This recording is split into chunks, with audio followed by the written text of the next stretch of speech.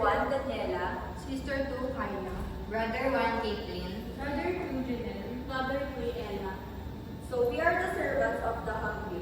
We chose this name for our family because it correlates with our patron saint, Saint Martin de Porres, the patron saint of social justice, racial harmony, and mixed race people. In line with that, we do believe as Letanites that it is our duty to serve other people in the presence of God and guidance from our patron saint. We